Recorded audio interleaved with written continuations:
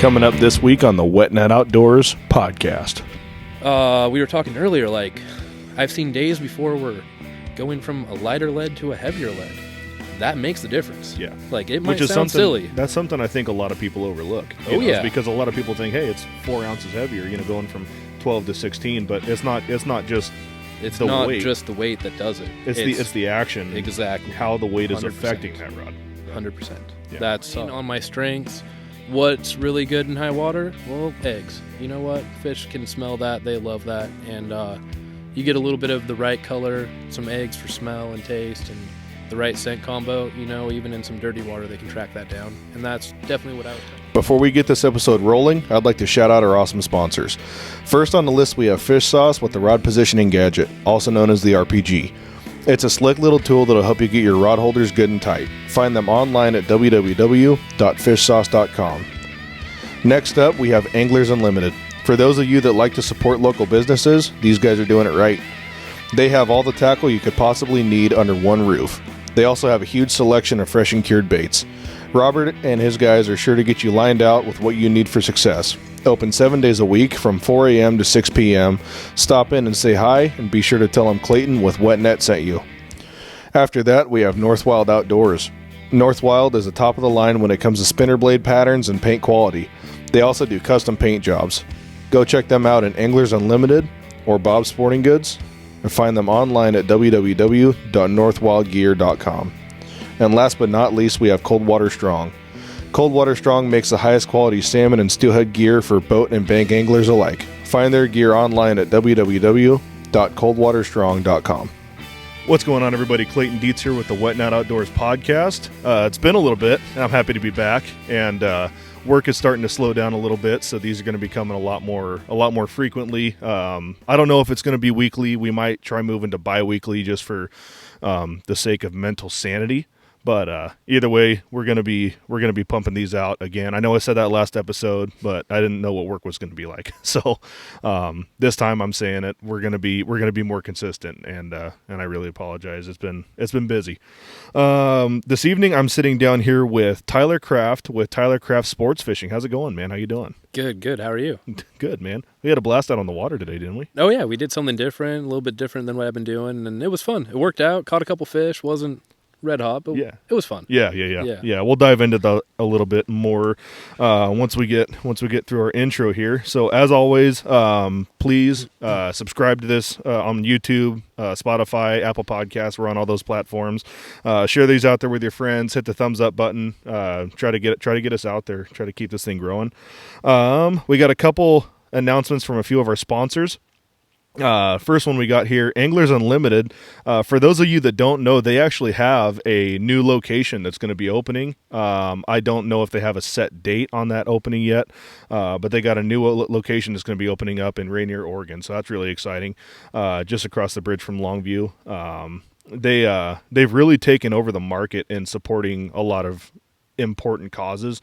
They just did a big raffle for breast cancer awareness. They did a mental health awareness raffle.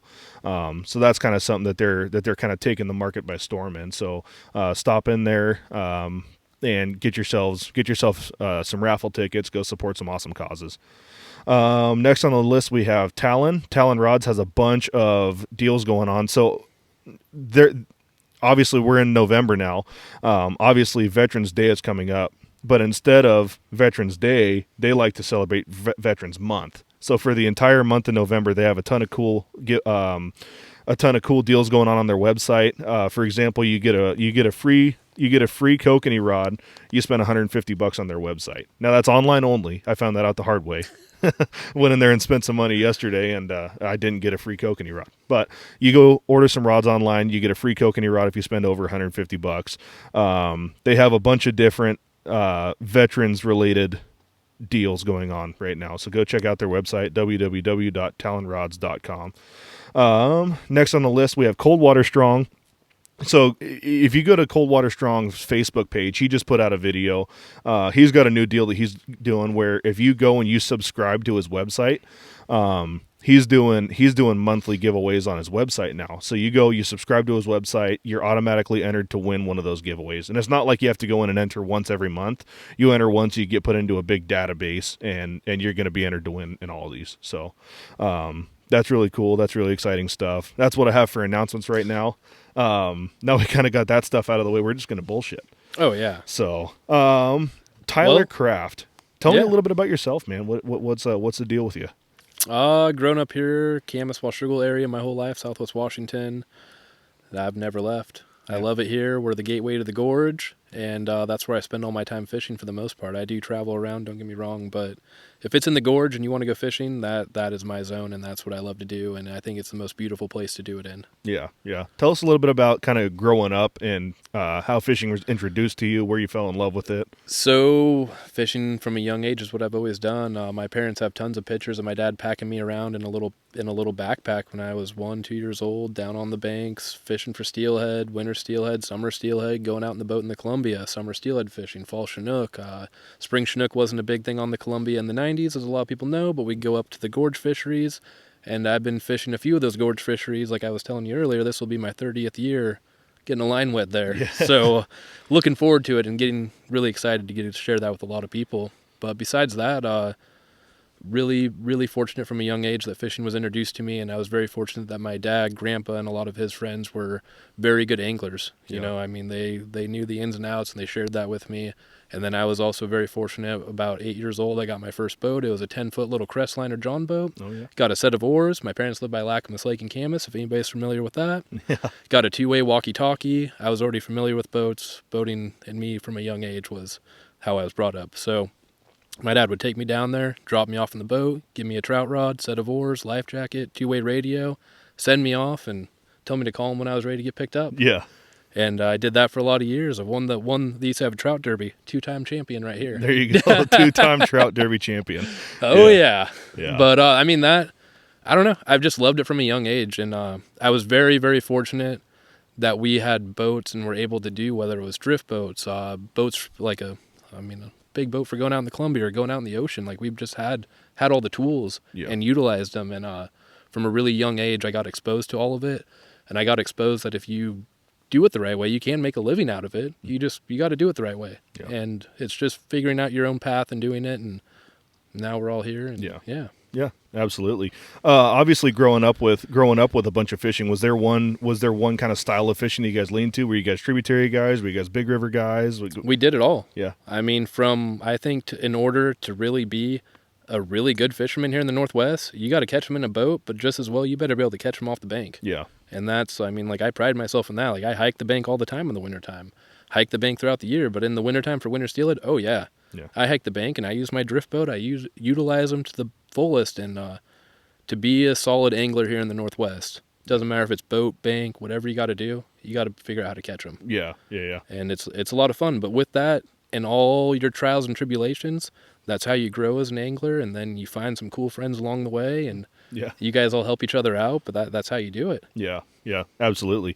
So obviously grew up fishing. Now you're a fishing guide. Mm-hmm. Tell us a little bit about what made you kind of take the steps into becoming a guide. Obviously you loved it, but there's got to be more to it than that.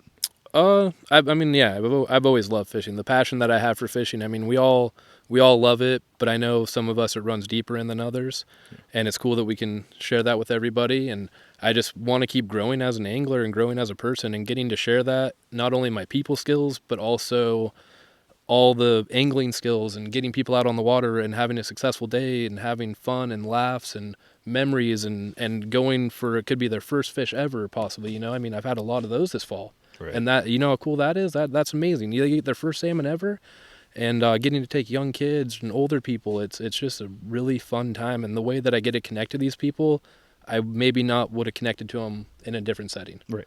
So with that, I've come across amazing people that are now turning into friends. Through this, and I think the love and the passion and trying to drive even harder, that's what drove me to wanting to guide, and especially guide full time. The drive and the passion I've had in me my whole life, and now with where I'm at, I'm trying to expand on that and just share the passion with everybody, and then also as myself continue to be a better angler. Yeah. Well, taking the steps from being, from being in a full-time job to starting a business and doing it full-time, it's got its own sets of challenges, and 100%. And it can be a pretty scary thing. I'm sure. I was telling you this morning as we were going to slide the drift boat in, I was like, obviously I'm fairly new to guiding full-time. Fishing I'm not new to, but running a business, yeah. Yeah. Right. And it's stressful, man. I mean, if anybody tells you it's easy, I don't know. Yeah. It's stressful. But for some people, the fishing might be easy. Yeah. Oh, the fishing. Yeah. The fishing's fun. The fishing at times is easy. Yeah. But running a business and being new and trying to, you're essentially selling yourself. That's what you're doing. It doesn't matter what form of business you have. If you talk to other business owners, we all share a lot of the same struggles, right, and the same successes. It might be a little different, but they're all very similar, and it's finding your crowd, finding your avenues, your niches, and then just going from there. But also we do have to provide and usually try to catch fish at the end of the day. Right. That's what we're there for. Yeah. And that's a stressor in itself.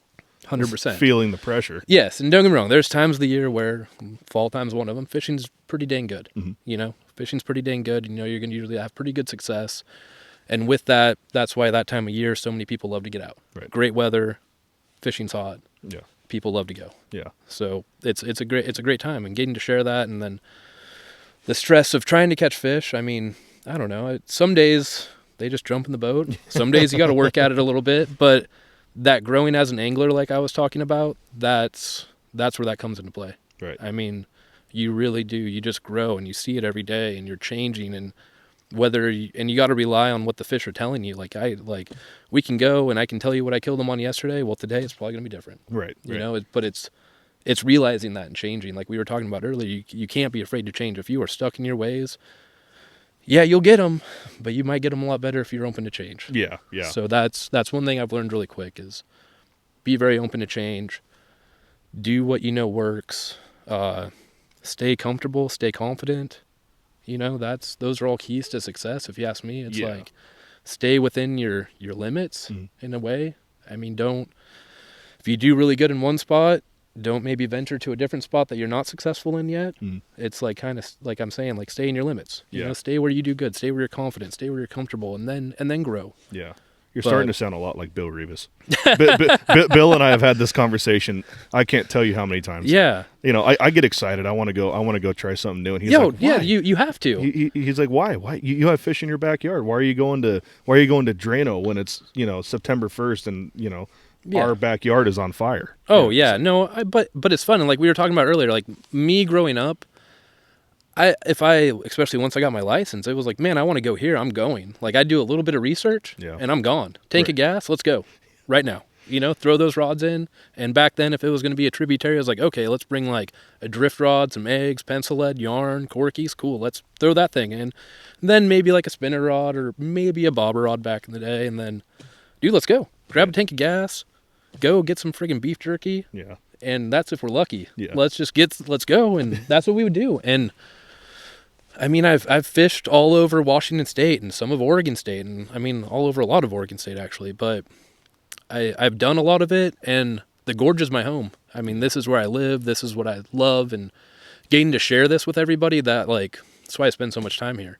Yeah. I mean, once again, world-class fishing in a world-class destination, I think, and getting to share that with everybody is pretty special. Yeah. But with that, I travel around. Yeah. I'll go where I need to. Yeah. Yeah. But when I can hang out in the gorge and hang out kind of in my backyard, oh yeah. 100%. Right. So. Well, and then from a guiding standpoint, there's the financial side of things. Your profits are going to be better staying close to home. That's one thing, but you got to go where the fish are. Exactly. So it's not to be a fishing guide. I'm not sitting here doing it for the money. I can tell you that right now. Right. It's not about that. Yeah. It's about the love. It's about the respect, the love, how much I cherish it all. Yeah. And then getting to share that with everybody. Yeah. And I'm driving myself to be a better angler. That's part of it too. That's part of the drive. Like I've always wanted to just be better at it. And here I am sitting here and every day I'm getting better, and that's all that you can do. And as long as you have that drive your whole life, you're going to do just fine, I think. Yeah. But yeah, I mean, yeah. Yeah. Starting this new guiding business and this new journey, this chapter in your life. Yeah. What are kind of some of the challenges that you've had to face? In terms of something that might not have come as easy as you figured it would. Well, I mean, so on my obviously everybody listening, a little bit of my background. I had a very good job working for a municipality, really good, awesome retirement, all the things. And you know what? Fishing sounds way funner, especially when you can do it every day. That's right. So with that, got myself set up to what I needed to do. Don't have the biggest, flashiest boat, but I've got a fish killing boat. That's really all that matters. Yeah. And like we were kind of talking earlier, like overhead, stuff like that, try to stay cheaper. It's what you got to do, especially if you're going to do this full time. Like once again, this isn't about money. It's about more making memories and having fun with everybody and those connections that you wouldn't make unless it was out there on the water. That's what I'm there for. Mm-hmm. But we all obviously have to pay bills. So yeah, like you're saying, staying close to home, staying in that does help. Yeah. But there's times where my goal is to catch us fish, and if I got to come to your backyard, yeah, you'll see me there. Yeah. You know what I mean? That's the way this works, though. Yeah. Yeah. And that's just the way it is. And you got to be willing to go. But also on that, like, you get to go and spend time. Like, I've been very fortunate. I've fished almost all these fisheries that we have up and down the Columbia and up and down a lot of these tributaries. And with that, it's really cool because now I can go to these places, and instead of going there a few times a year, I can go there every day if I want. Yeah. And just learn it more and fish it more and do that. And that's pretty cool. Yeah. Right, and like how you're talking about how you want to go there and expand. Yeah. That's part of it. It's like you've already been there, but now you can go there every day. Right. And just get better. Yeah, yeah, So, exactly. yeah. Really be able to dial in an area. Oh yeah. Yeah. Yeah. Yeah. What are some visions? What are some visions and goals that you have for yourself and your business kind of moving forward? I mean, obviously my goal is to survive and do this right until I decide to be done. Yeah. I mean, hopefully I can get a good. I'm only 34, so hopefully we're going to say another 30 years getting to share these memories with everybody. Right. And we'll go from there. Yeah. But with that, like everybody, a little bit bigger of a boat would be cool. Yeah. I love my boat. It gets it done. It's fishy as hell. Yeah. But with that, a little bit bigger of a boat gives you more options. Just like what we were talking about earlier out there. It's like, man, you get a bigger, deeper boat, then going out in the ocean or doing crabbing, bottom fishing. And it opens a whole new avenue of things that you can do. Yeah. And things that maybe you've done, but now, like I said, you can do it every day if you want to. And it's just different fun. Like I've noticed already, like I have loads of favorite spots I love to fish, but it's so cool. I can go fish these spots, and then it's like, okay, I've done this like for a couple weeks now. Now I'm so stoked to go to the next spot. Yeah. And do that. You know what I mean? Yeah, like yeah. I love that. It's like, man, I had my fun here, and now I get to go to my next favorite spot. Yeah. Right. And that I love that. Yeah. Yeah. Yeah, I know we spent the majority of the day just kind of bullshitting and talking around, but you said one thing that really kind of stuck with me is when you have a group of clients, you want them to feel comfortable. They're walking down the ramp. You want them to feel like they're getting in their best buddy's boat. Just having that level of comfortability. It's you're able to be professional, but you're also personable. Yeah. That's what you got to be. Like I'm very fortunate. Like I do not know if I'm a great people talker or right. group talker. I get to do it, but I connect really well with people out on the water. Mm. I do know that. I have figured that out about myself. And for me, building that connection with them, I've already, like I was telling you, I have a lot of repeat customers already that I've just met. But it's all because my goal is you're going to help on my boat, and it's going to be just like we've known each other. Like we haven't seen each other in a couple years maybe, but we're best friends. We're having a great time. We're going to do all the things, laugh, joke, have fun, go through the day of fishing. And I mean, that's what I like. Yeah. If I can hit that, we're doing great. Right. And it's fun. That's, to me, that's what keeps it fun. Yeah. Yeah. So. Absolutely. Yeah. Well, here we are, November 2nd. Yep. Fall fish is kind of wrapping up. There's still some coho around, but let's get into kind of a fall fish recap. What are some things that you saw? What are some?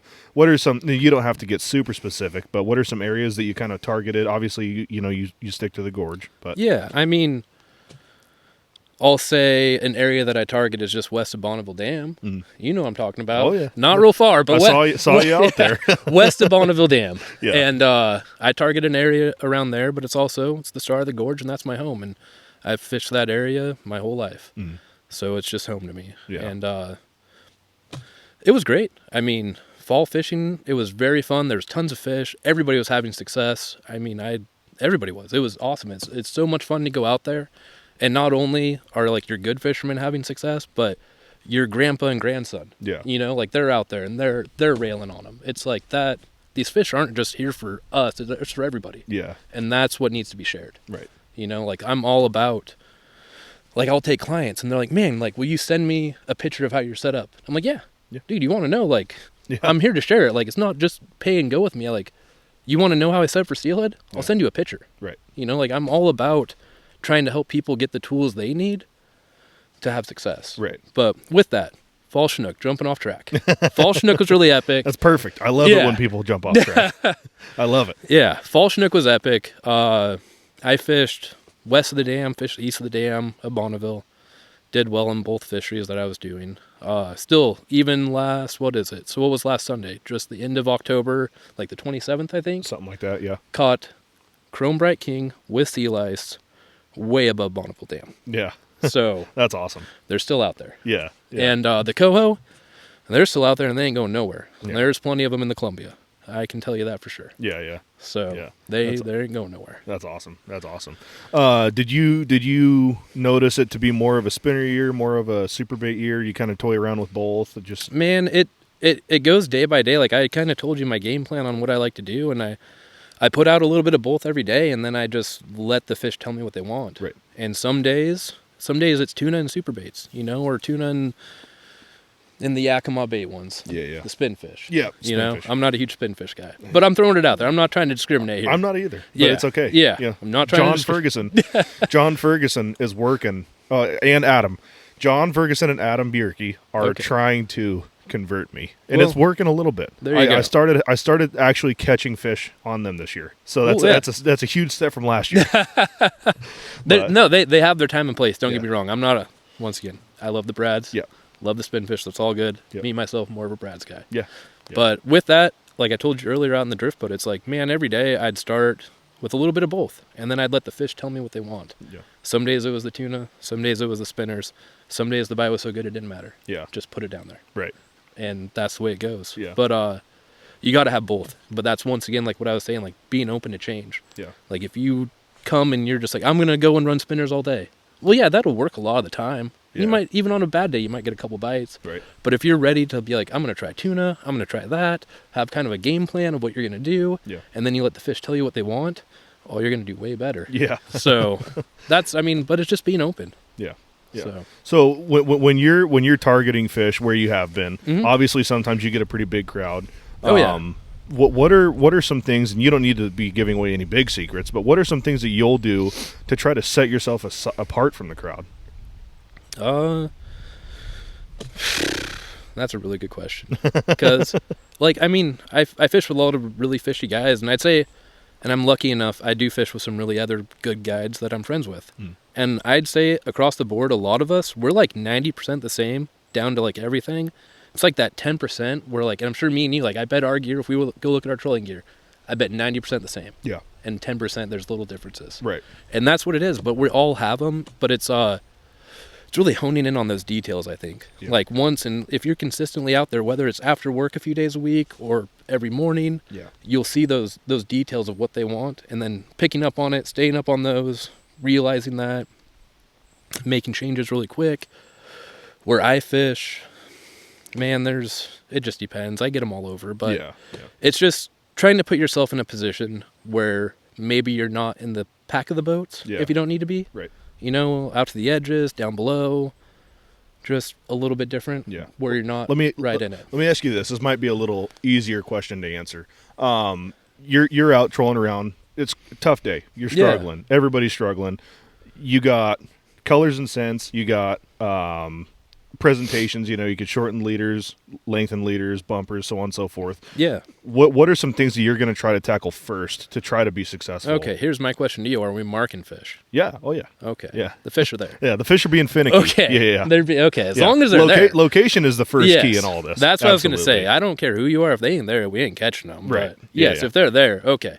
So this is what I do. If I, and usually throughout this, even on a bad day, usually you're going to have like a sniff or a bite to kind of give you an indicator of like, hey, that worked. Right. So then it's like, okay, maybe toy around with that color or like a little bit different, but a lot the same. Yeah. We were talking earlier, like I've seen days before where going from a lighter lead to a heavier lead, that makes the difference. Yeah. Like it might sound silly. That's something I think a lot of people overlook. Yeah. Because a lot of people think, hey, it's 4 ounces heavier, going from 12 to 16, but it's not just It's the not weight. just the weight that does it. It's the action. Exactly. How the weight is 100%. affecting that rod. 100%. Yeah. That's when you do this every day or you do this a lot, you will see that. Right. Like I was telling you, it's like there's days where literally switching from a 12 ounce to a 16, that was the difference in getting all the bites I needed. Yeah. There's days where I came with a game plan of, man, I just whooped them on tuna yesterday, all in on tuna today. Yeah. And then the one spinner I put out, nope, that's getting railed on. Right. Put all that crap away, all spinners. Yeah. And then, but I had to do the flip side too. Go there all spinners. Yeah. Just whooping on them. Get a couple bites. Yeah. I'm like, this is kind of weird. We're marking them. Yeah. Get a couple bites. All right, it's good enough. I could ride it out and we'll probably get our fish. Right. But then I'm like, no, I kind of bench this one. Like, I don't know if you looked at my boat, but I have carpet hanging. So I hang my stuff that I'm working with every day. Right. And I'm like, okay, that one's been riding the pine for a while. Yeah. Let's put him back out. Yeah. And then I put him back out there. Oh, yeah, get snapped on real quick. Yeah. I'm like, okay, there might be something to that. Yeah. So then you start putting more of those out there. But that's kind of what I do. And like, I don't like we're literally kind of in the same boat. I can fish 4 people. You fish 4 people out of your boat. I'll fish 5 rods and I'll fish 4 rods with 16s a lot of the time, right, and a 12 out the back. And I play around with it. And on tough days, sometimes right in their face. And a couple fisheries I go to, it really, I'm not saying do it in a rocky place, right, but where it's sandy. Yeah. There are times, and this is a place where there's no real current. There's some current, but not very much. We're in between dams. Yeah. But putting it down on the deck, that gets you the bites. Right. Yeah. And then there's other times where you can be way above them, and it doesn't matter. Yeah. So basically, you can't be a one-dimensional fisherman. You can't. No. You have to be willing to change anything and almost everything sometimes. And you have to listen to the fish. Like they're gonna tell you every day what they want. Yeah. And that, as long as they're there, they're gonna tell you like that. Like I can't preach that enough. Like they're gonna tell us what they want. Like every day, like we'll be motoring to the spot. I use them where I fish. I don't really have to run, so I use my little kicker. We motor down, right, and I tell everybody every day, I'm like, everything in this boat, we have everything we need to catch our fish in this boat. Right. We just got to figure out the combination, and once we do, I was like, it might be on the rods already because this is what whooped them yesterday. Yeah. But if it's not, it's right here. We're gonna figure it out together, you know. And like I preach teamwork every day, and doing it together. Like in a small boat, you have to. Yeah. You get 5-6 people in a 20-21 foot boat. You got to work together. It gets crowded. 100%. I can tell you, 4 guys, 5 guys, including myself. It's things get tight. Exactly. So, with that changing, like we've talked about, I'm a huge. Believe me, in the outside world, besides fishing, don't like change. But in fishing, yes, I love change. That's right. Yeah. But man, being open to change, and I know stuff costs a lot of money, gear costs a lot of money. Yeah. But with that, you don't got to buy it all at once. Like I have tons of gear, and I bought it over all the years. I have spinners that I bought 3 years ago in a package, and then I found that package, and I'm like, oh yeah, this is awesome. I totally need this. Yeah. So it's like, you don't got to have the nicest top of the line stuff. You don't have to have the brand newest stuff. You just need to have a little bit of the right stuff. And anybody can go out and do this. Like, that's one thing, like, growing up when I was a kid, like, I was very fortunate. We always had boats. But with that, we didn't run out there and we didn't have, like, the top of the line everything. And fish are down there. They don't care. Yeah. They don't know what you have for a rod or what you have for a boat. Right. It's all about what you have on the end of the line. Yep. Yep. And with that, like, I love telling people, like, it's nice to have nice gear and nice stuff. That does help. But if you're just getting into it, man, go buy that $50 rod and go catch a fish. Yeah. Like, right. I can't preach that enough to people. Yeah. It's like, you don't got to go buy the $500 rod. Yeah. Go get that $50 rod and go have fun. Yeah, exactly. Exactly. So, all right, we're creeping up here on a little break. I think when we come back, we're going to dive into a little bit of how fishing went for us today, some of the things that we saw, and we'll kind of go from there, see where it takes us. Perfect. So awesome. Well, we'll be right back.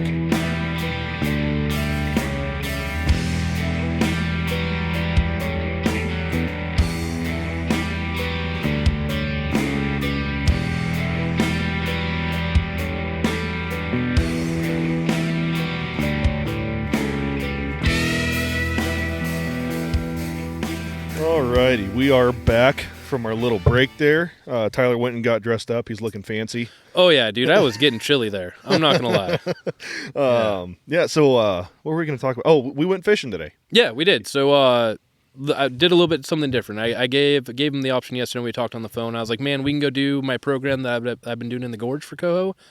Would have went up there, would have caught our fish, had a great time, had a great breakfast somewhere, done our thing. But you know what? I just bought this new to me drift boat like a week ago, and I did a really good job of selling him, going, hey, you know it's been raining so much? Let's go put the drift boat in a river here and go try to catch some coho while the river's totally super high. And it wasn't muddy. It was okay. But it was surprisingly clear. Yeah, that's because we know the right spot to go to. Right. But anyways, who has the bright idea of after a giant rainstorm for like 2 days in a row and yeah, let's go put this boat in the water? Yeah. I do. But hey, you know, it also paid off. Yeah. I mean, I can't say it didn't. It wasn't very good conditions, but hey, we didn't get skunked. We got a nice fish in the new boat to me. We did, yeah. So yeah, and that was a ton of fun too. You know, I was telling you, I'd never been in a drift boat before, so it was a totally different experience. Getting to see how you launch a drift boat straight down the cliff. Yeah, it was an experience. We pulled up to the ramp this morning, and I looked at it. I was like, how does this work? Oh yeah, rope. Yeah, a little bit of luck, slide her down the hill. Yeah. Yep. Yeah. So you know. Obviously, it had been raining for the last couple of days. You knew it was going to be high water. Oh, yeah. But it didn't quite play out the way that you had thought. You know, you thought that the water was kind of going to peak earlier in the morning and then start to drop. I was hoping. I mean, it rained hard last night, and where I live, pretty close to the river, I knew what I had in store. But we were committed, and I mean, yesterday, the water was pretty dang good, and I was hoping that we were going to get lucky, not get as much rain. Well, we got a little bit of rain, but you know what? It ain't my first time either. Right. So I knew what we had in store for us, and I was like, you know what? It's not going to be the red hot day that you're going to tell everybody about, but it's going to be your average day on a Southwest Washington stream trying to target some coho and some high water. Mm-hmm. And that's about what we had. And by high water, we mean really, really high water. So not like high great water, like high verge of, might fish. Yeah. So that's what we did. Yeah. But yeah. So we're out targeting coho specifically on a small river like that. What are some things that you as a tributary fisherman would kind of try to do in those high water situations? So today, I mean, once again, today was really high water. So I mean, playing on my strengths, what's really good in high water? Well, eggs. You know what? Fish can smell that. They love that. And you get a little bit of the right color, some eggs for smell and taste, and the right scent combo. You know, even in some dirty water, they can track that down. And that's definitely what I was trying to play into today, because that usually works for me, and it worked. Yeah. Did get a bobber down on a bead. And was it a leaf? Was it a fish? We'll never know. But totally, it was a fishy bobber down. We're going to say it was a fish. Yeah. It was pretty fishy. Yeah. But that's cool. Had to at least throw a bead out there to try. You never know, right? All my steelhead fans. It's November. You never know. Yeah. And we got some rain. It ain't cold enough yet, but you never know when a long runner's going to come in. Yeah, right. So you know, we tried throwing a spinner around for a little bit. We tried throwing a plug around for a little bit. And, twitching jigs. In this high, like honestly, what we did today, I mean, we did it because we were committed. What we should have done is probably hooked up to my sled and went somewhere else and caught some coho, but that's okay. And with the way the water was today, if you're fishing really high water, I think bait's killer. If you have fresh eggs, shrimp, anything, I mean, coho will just eat sand shrimp. Coho will eat prawns that you buy at the store. Yeah. If you have fresh eggs, that's really going to help. Yeah. But high off-color water, eggs, scent, bright yarn. What do coho love? They love pink. What else do they love? Chartreuse. Put them together. Yeah. Magic. Yeah. So we brought a rod over here. Do you kind of want to show? Yeah. Do you kind of want to show what was working for us today? So this was pretty simple, and this is about as simple as it gets, and about as effective as we can be, especially when you're taking people that, I mean, they don't have maybe a whole lot of experience in a tributary. So we were just doing, see? I mean, but it's perfect. We do this all the time, and this is a great setup, and whether you're doing a jig, a bead, or eggs like we were, totally works. We were just using a steelhead rod, a 10.5-foot steelhead rod with a slip float, half-ounce lead, half-ounce float, I don't know, about a 2.5, 3-foot leader. I like double hooks. You can use a single hook, and then something to help us out a little bit, not only to open your egg loop, but to give us a little bit of contrast. Yeah. I remember the word. Yeah, there you go. I put a little bit of yarn on there. This one just has chartreuse. I had some with pink. I had some with both. Once again, I knew it was going to be high and off color, so I'm trying to play to my strengths. And chartreuse is very visible. Some hot cerise is real visible. So trying to play to our strengths with some good eggs. And then, and we had a couple bobber downs we didn't get. Yep. You hooked into a darker Chinook that was all right. Something tore me up. Did tear him up. And it wasn't a spawner yet. I could see it. I was going to net it, and then luckily it came off. But just a dusky Chinook, and that's cool. That tore him up on the steelhead rod, and then I hooked into he reeled it in, and I netted it because that was just the way we had to do it. But I hooked into a really nice wild coho, and we got about a 10-12 pound wild coho that we landed. And you know what? On a day where the water was way too high and dirty and tons of debris, that's pretty good to me. Yeah, had fun and caught a fish had a good time doing something different. Yeah, yeah. And we never saw another angler, another boat, and there's reasons for that, but never saw anybody else. Yeah. Yeah. And that was pretty cool. Yeah. Yeah. There might have been a reason for that, but I'm just kidding. Yeah. I'm just kidding. There's definitely, yeah. Yeah. So, anyways, so you obviously you're going to be running guided trips for these. How would you sell a drift boat guided trip? Because when a lot of people think guided trips, they think, springers, fall Chinook. We got the old mutt here. Oh yeah. Come on, Nook. But anyways, how would you sell a drift boat trip to somebody? Well, so what I'm very fortunate about where I live, I have private access on my river in a lot of spots. So I kind of have that going for me. In Southwest Washington, I believe I have some of the probably sexiest steelhead water that you're going to come across, and a lot of it's private with not very much access except for a couple of us. Yeah. So if you want to come to the gorge and check out a little stream and have a day where you're going to see eagles and a few deer cross the river, catch some wild steelhead in some really wild places, and kind of be left alone, then I'm your guy. Yeah.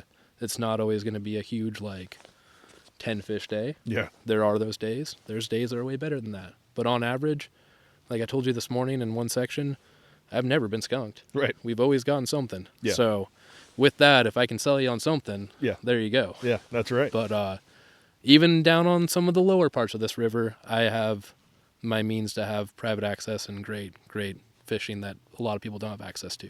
Yeah.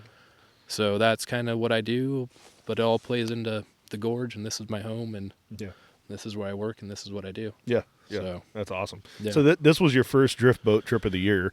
Oh yeah, but this season. For this exactly. Kind of getting into the fall. Yeah. But you're gonna be aside from the next couple weeks finishing up your sled trips, you're gonna be in the drift boat for the next little bit. Yeah, for like 4 months. Yeah. Oh yeah. You kind of looking forward to all that? Oh, I love it. Yeah. All right, like this small stream stuff. So a little bit about me. I don't know if I said it earlier. So I caught my first steelhead on the river that I'm still fishing with my kids right before I turned 3 years old. My birthday's in January. I got it with my dad on a little blue hot shot, size 30. Yeah.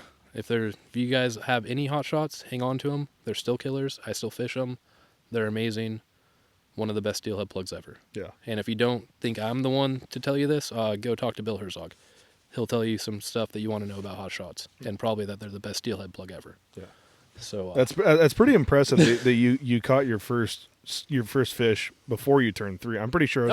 I'm pretty sure I was still shitting my pants at 3. Oh, I probably was too. I'm sure. I'm positive. But and I'm sure a little bit of help from my dad reeling it in. But as the story goes, because I don't remember, we were down on the lower river, just a nice afternoon, running a couple plugs. Once again, I have the picture of me holding the fish, and it says on the back what I caught it on, but a blue size 30 hot shot. Yeah. And my dad said that I reeled it for the most part all the way in the rod holder, and then he did help me get out of the rod holder and get it in the net. Yeah. And I was like, that cool. Yeah. I don't know, but that's the way the story goes, and I'm sticking to it. Yeah. And I have the photo in the frame for the proof. So that's awesome. That's awesome. But the whole steelhead fishery on where and what I do, I hold very near and dear to my heart, because it's the same river that my grandpa grew up fishing, same river my dad grew up fishing, same river I did, and now my kids. Yeah. So, awesome. I'm four generations, almost 5 generations into this on the same river. Yeah. For steelhead. Yeah. And we did coho today, but it's mainly my steelhead river. Yeah. And it's really special, and getting to share that with some people and getting to share some of the private access that I've earned over the years, it's pretty cool. Yeah. So. Yeah, that's awesome. Yeah. That's awesome. Geez, I'm trying to think.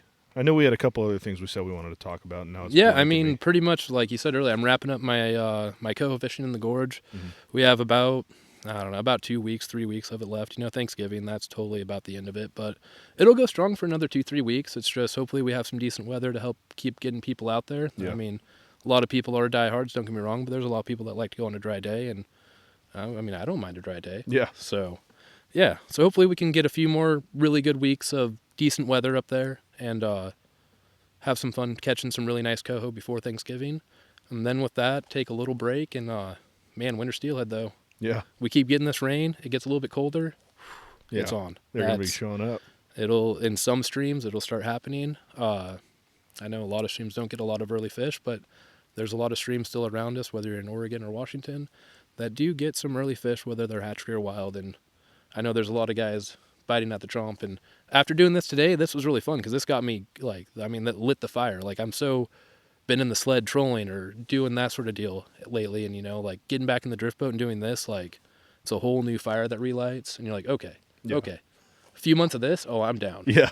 Like that's, yeah. And then, but on the flip side, we'll get to March, and then I'm going to be like, okay, chomping at the bit to get back in the sled and go do something else. That's right. That's right. But it's fun, and I love that. I love that the most about fishing and doing this. It's like, man, like. It's always what's next. Exactly. You're always hungry for what's next, and you can't wait. Yeah. So there have been a couple times I've been sitting there, at the early part of Buoy 10, and I'm like, man, I could go for a springer right now. Oh yeah, it's fun, and it's like what I've learned too. It's not so like it is the fish. Don't get me wrong. I love spring Chinook and I love chasing whatever it is.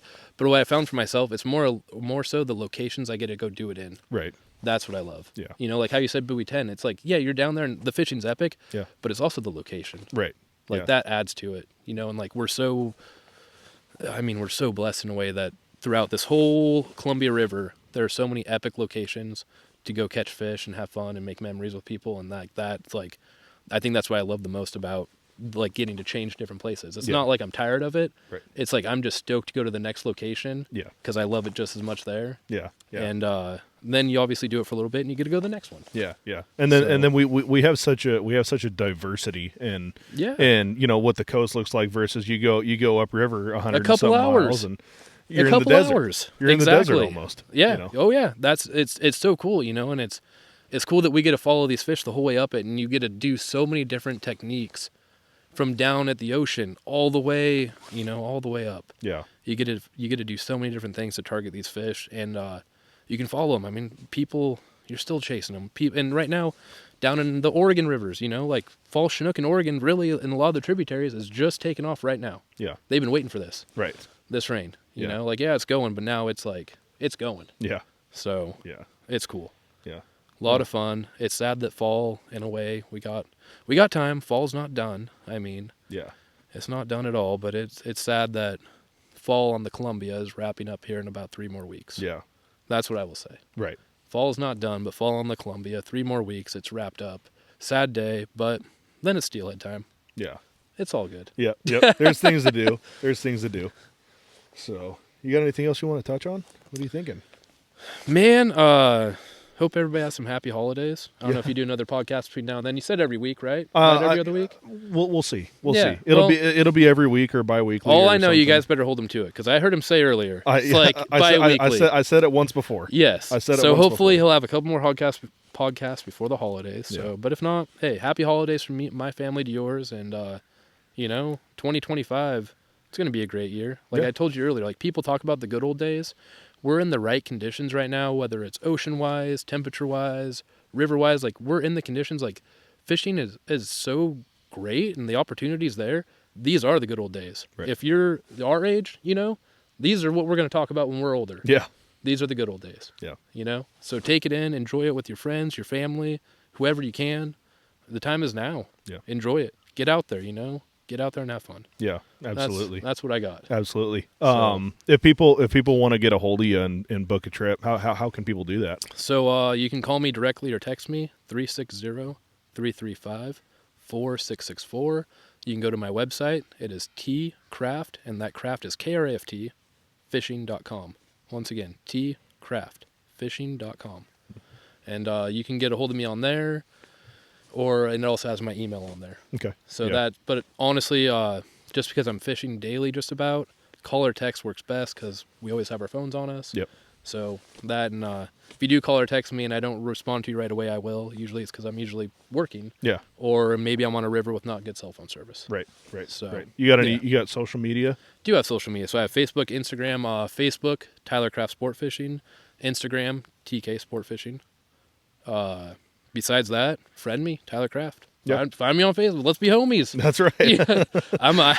I like people and I like sharing everything that I can with everybody. Yeah. And that's like, I'm blessed enough, and I think I'm like lucky enough, and I'm by no means I love fishing, and I just want to share it with everybody, man. Yeah. Like if I can help you out or you can help me out, like let's share. You know, I'm not trying to ask you for your secrets, but Right.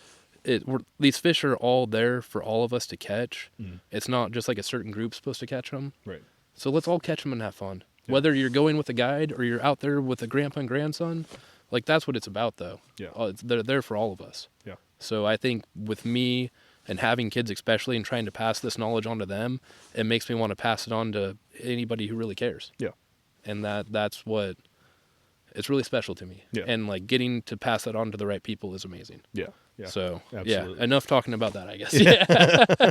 Yeah. Well, But once again, I really appreciate each and every one of you for sitting here and listening to this. If it weren't for you guys listening to this thing wouldn't be around. You know, with my little sabbatical that I had. That's one thing that's kind of nagging at me is I know I have people that are listening to this that are kind of missing it. So, if it weren't for you guys, this wouldn't be here at all. So thank you guys very much. Thank you again to all my sponsors, Anglers Unlimited, Talon Rods, Fish Sauce, North Wild Outdoors, and Cold Water Strong. I appreciate you guys and what you guys do for me. And, yeah, looking forward to the next one. oh yeah. I think that's about it. Right on, So- you guys. Thank you. Yeah, thank you very much, Tyler. I appreciate you sitting down. Oh yeah, my dog got you. She got me. Everybody. Oh, That's all and right. got the drink. That's all right. All right. Thank you guys very much, and we'll see you next time.